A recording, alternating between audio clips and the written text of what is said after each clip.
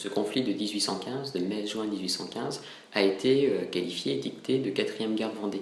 Ça veut dire qu'elle s'inscrit dans une chaîne de conflits, dont le premier épisode est le plus retentissant, le plus célèbre. Il s'agit du conflit de 1793-1795, tourné contre la Convention, qui a été suivi d'une série de rebonds en 1795-96, en 1799, et en 1815 survient donc le 4e épisode, à la suite du retour de Napoléon de l'île d'Elbe. Des mouvements de contestation au retour de Napoléon, il y en a beaucoup. Il y en a notamment dans le Midi. La Vendée n'est d'ailleurs pas tout l'Ouest, puisque dans le Morbihan, des armées insurrectionnelles de paysans combattants, plus imposantes en nombre, manœuvrent également.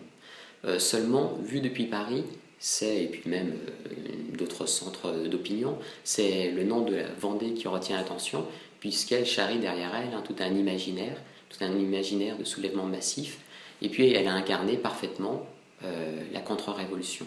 En 1815, combattent, comme en 1793, des La Rochefoucauld, des Charette, on retrouve des Dondinier, des grands noms, et à un niveau inférieur, celui des capitaines de paroisse, celui des combattants plus humbles, ou l'échelon intermédiaire des officiers, on retrouve des dynasties de combattants véritablement.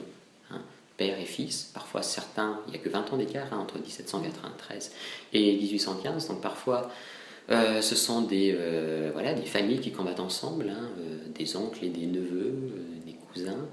Ce qui est plus frappant, c'est que des paysans, des coqs de village, ou des gens qui ont acquis, justement grâce à leur bravoure en 1793, une place dans la hiérarchie de l'estime des valeurs villageoises, reprennent les armes également, puisqu'ils doivent se conformer en quelque sorte aux personnages qu'ils ont été. Ce qui du coup agace et contrarie les autorités napoléoniennes, qui estiment être en face d'un mouvement qui n'aurait pas lieu d'être, parce qu'ils sous-estiment la pression sociale, les injonctions mémorielles et familiales, qui sont l'un des ressorts de l'insurrection. Les générations d'historiens, parce qu'il y avait les précédents de 1793 et de ses suites, ont classé le conflit de 1815 comme une page d'histoire militaire. Ils l'ont traité avant tout comme un épisode d'histoire militaire et lui ont réservé le traitement de l'histoire bataille. Se rendant compte que l'événement dans ce prisme militaire est assez médiocre, tout et tout pour tout, il y a peut-être 700 morts, les batailles virent à des combats un peu désordonnés, l'importance stratégique de cette guerre aurait été très médiocre. À mon sens, et surtout au sens des protagonistes, des blancs, des royalistes, c'est surtout un conflit politique. En quoi ? Ils ont pris les armes. Mais ils ont pris les armes en faisant un geste de levée de bouclier.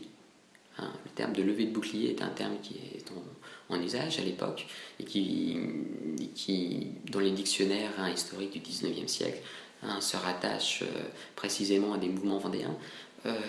Une levée de bouclier, c'est une démonstration d'opposition, de contestation, de protestation en armes. Mais ce n'est pas passé à l'offensive.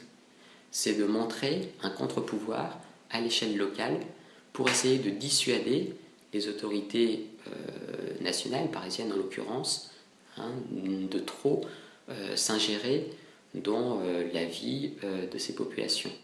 Les autorités napoléoniennes, parce qu'elles sont pressées par la guerre qui se prépare aux frontières, ont voulu l'écraser rapidement, pour ne pas qu'il y ait un franc de revers en quelque sorte.